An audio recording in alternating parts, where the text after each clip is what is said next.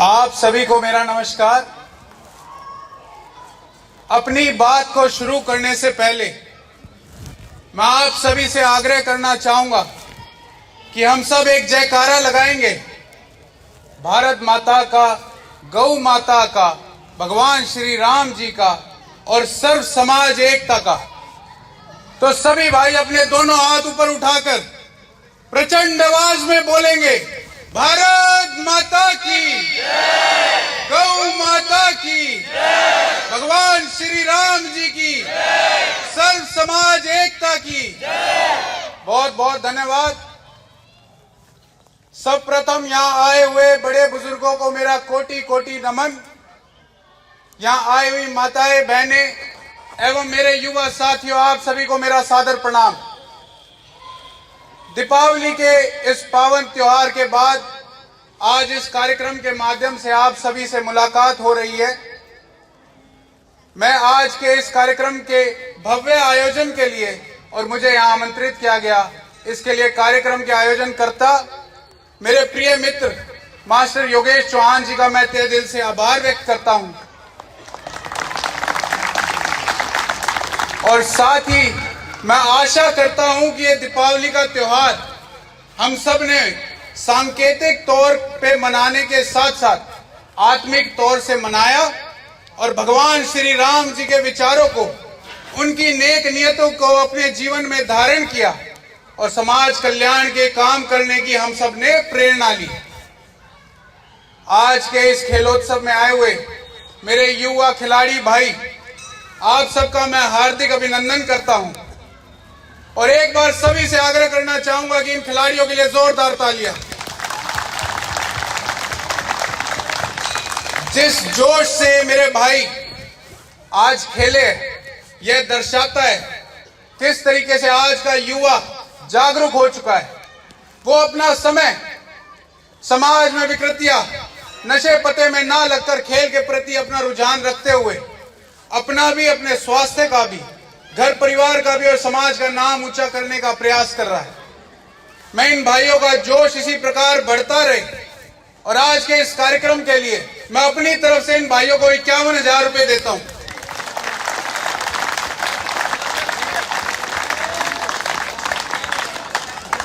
और मुझसे पहले मेरे भाई ने जिस प्रकार मेरे परिचय में मेरी भूमिका रखी, मेरे बारे में बताया, मुझे जान के खुशी होती है कि जिन सामाजिक कार्यों को लेकर हम आपके बीच में आज मौजूद हैं, आप उन्हें सराहते हैं और मेरी हिम्मत इस प्रकार बढ़ाते हैं कि इसी नेक नियति से आपके बीच में लगे रहेंगे, इसका मैं आपको आश्वासन देता हूं। क्योंकि जब आपका आशीर्वाद मुझे इस प्रकार मिलता है तो ये समाज के कल्याण के कार्य करने की मेरी क्षमता और हिम्मत भी बढ़ जाती है। उसके लिए मैं आपका फिर से आभार व्यक्त करता हूं। ये गांव भैरा बाकीपुर और ये अपनी चौहान खादर, इससे मेरा विशेष लगाव। मैं हल्के में कहीं भी जाता हूं तो सब कहते हैं शर्मा जी तो आपकी बेल्ट है। यो मेरी बेल्ट है नहीं है। रसोई गांव आपसे दूर नहीं, माखन बोगाड़े इससे खादर से माने जाए। पर इस भैरा गांव के बारे में मैं बताना चाहूं, इस खादर की एक विशेषता है। जब कभी कोई आपदा आई, अभी कुछ महीने पहले जब जमुना का जल स्तर बढ़ा था, तो एक गांव भैरा बाकी पर बच्चे से लेके माताएं बहनों से लेके बड़े बुजुर्ग सब वहीं थे और सब ने प्रयास किया कि इस आपदा को कम से कम नुकसान कर सके, इसलिए रोके और उसमें आप सफल हुए। देखिए, प्रकृति की तो मार हुई, नुकसान हुआ, पर वो नुकसान कितना अनगिनत हो सकता था।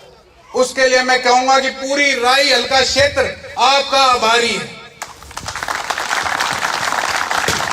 और जैसा मेरे भाई योगी चौहान ने कहा, यहां पर आए हुए मेरे युवा साथियों, मैं आप सभी से यही कहना चाहूंगा कि हम अपने जीवन में किसी ना किसी लक्ष्य को निर्धारित करते हैं, कुछ बनने के लिए और कुछ पाने के लिए दृढ़ संकल्प करते हैं, परिश्रम करते हैं।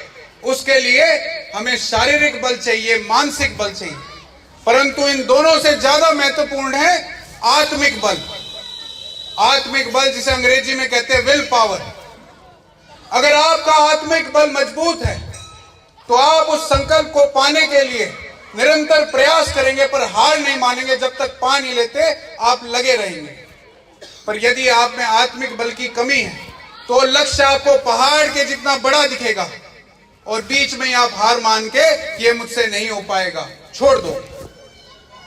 क्योंकि कहा जाता है मन के हारे हार और मन के जीते जीत। तो इस आत्मिक बल को बनाने के लिए आप मेरे भाइयों कुछ करो या ना करो, पर एक चीज मैं बताना चाहूंगा, आप अपने पूर्वजों का स्मरण करो, आप अपने इतिहास को जानो, अपनी विरासत को पहचानो। क्योंकि जिस भारतवर्ष में हम जन्मे हैं ये कोई साधारण देश नहीं। न जाने कैसे कितने महान ऋषि इस देश में जन्मे। महर्षि वाल्मीकि, महर्षि कश्यप, महर्षि जमदग्नि, भारद्वाज, वत्स, वशिष्ठ, जिन्होंने हम सबको धर्म के मार्ग पे चलना बताया और समाज कल्याण के लिए काम करने की प्रेरणा दी। ऐसे ऐसे महान योद्धा इस देश में जन्मे।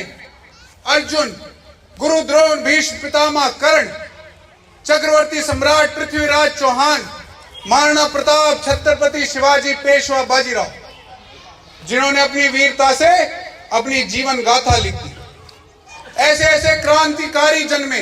भगत सिंह, सुखदेव, राजगुरु, चंद्रशेखर आजाद, सुभाष चंद्र बोस, जिन्होंने हम सब युवाओं को बताया कि क्रांति लाने के लिए यदि अपना जीवन भी न्यौछावर करना पड़े तो उसमें संकोच मत करना।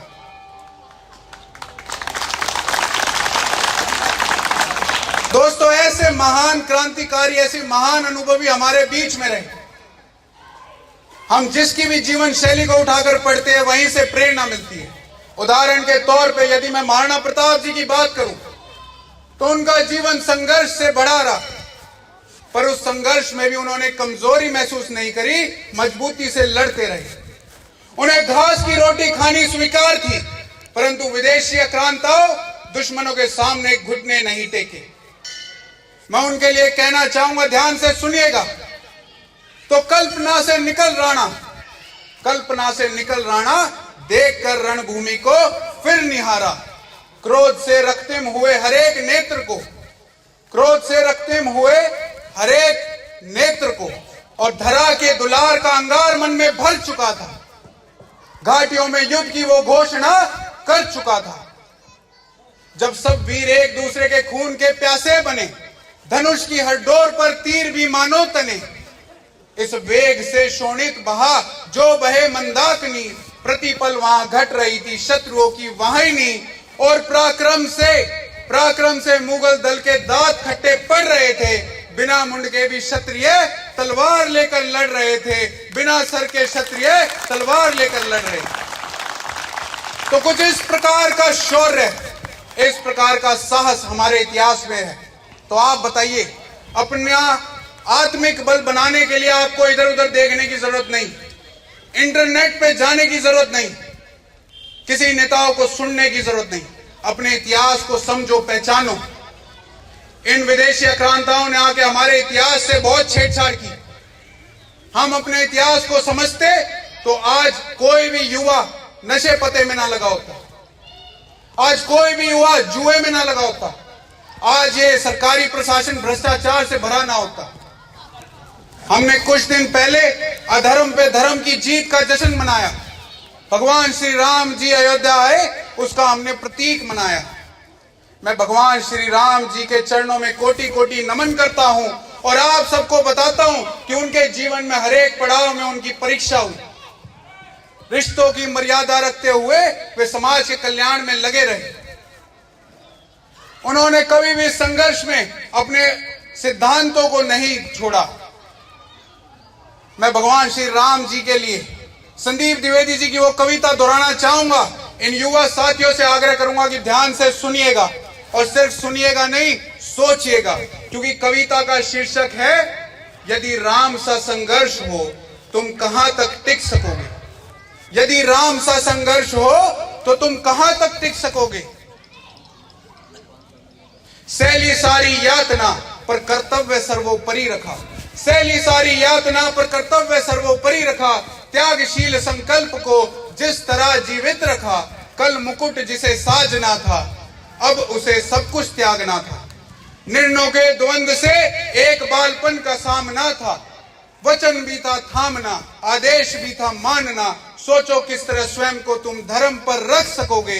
यदि राम सा संघर्ष हो कहां तक तुम टिक सकोगे। यदि राम सा संघर्ष हो कहां तक तुम टिक सकोगे। प्रजा तो बस राम की थी, दुनिया उसे तो जप रही थी। वचन ही था तोड़ देता, धर्म ही था छोड़ देता। पर पीढ़ियां क्या सीख लेगी, राम को चिंता यही थी। हो छिन रहा एक क्षण में सब कुछ, सोचो एक क्षण तुम क्या करोगे। यदि राम सा संघर्ष हो कहां तक तुम टिक सकोगे। यदि राम सा संघर्ष हो कहां तक तुम टिक सकोगे। केवट न जाने क्या किया था, जो सौभाग्य उसको मिला था। राम से ही तारने को राम से ही लड़ गया था। कुलवंश उसके तर रहे थे, सब राम अर्पण कर रहे थे। जब सब कुछ हो बिखरा हुआ तुम सहज कब तक रह सकोगे। यदि राम सा संघर्ष हो कहां तक तुम टिक सकोगे। दोस्तों ध्यान से सुनिएगा। है याद वो घटना तुम्हें जब राम थे बनवास में। है याद वो घटना तुम्हें जब राम थे बनवास में। सिया थी हर ली गई, था कौन उनके साथ में। कुटी जब सुनी पड़ी थी, दो भाई और विपदा बड़ी थी। बोलो ऐसे मोड़ पर तुम धैर्य कब तक रख सकोगे। यदि राम सा संघर्ष हो कहां तक तुम टिक सकोगे। मेरे साथ बोलो, यदि राम सा संघर्ष हो कहां तक तुम टिक सकोगे।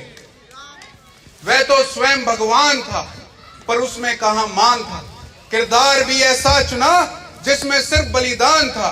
मर्यादा के प्राण थे, रघुवंश के अभिमान थे। श्री राम जी के अध्याय से एक पृष्ठ हासिल कर सकोगे। यदि राम सा संघर्ष हो तुम कहां तक टिक सकोगे।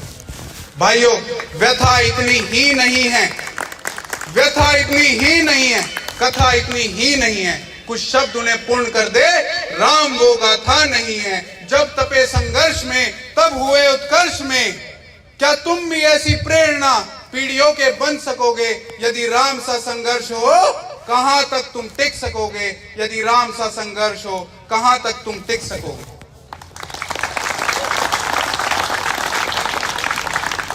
तो मैंने सोचा था आपके बीच में कविता के माध्यम से जो मैं संदेश देना चाहता हूं वो बताऊं।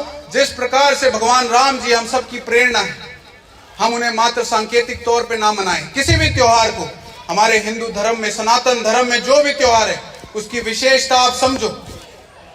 सिर्फ परंपरागत तरीके से ना करो, उसके महत्व को समझो। त्योहार क्यों मनाया जाता है और उससे प्रेरणा लो। और जब आप ऐसी प्रेरणा लोगे तो मुझे भरोसा है आप अपने जीवन में कभी भी असफल नहीं हो पाओगे। तो जो भी आपका संकल्प है, अपने दृढ़ संकल्प को इस प्रकार ही लेकर आत्मिक बल को बनाते हुए आगे बढ़ते रहो और कुछ करके दिखाओ। अपने लिए नहीं, इन माता पिता जिन्होंने आपको जन्मा है उनके लिए, इस समाज को, इस राष्ट्र को कुछ करके दिखाओ, अपना योगदान दो।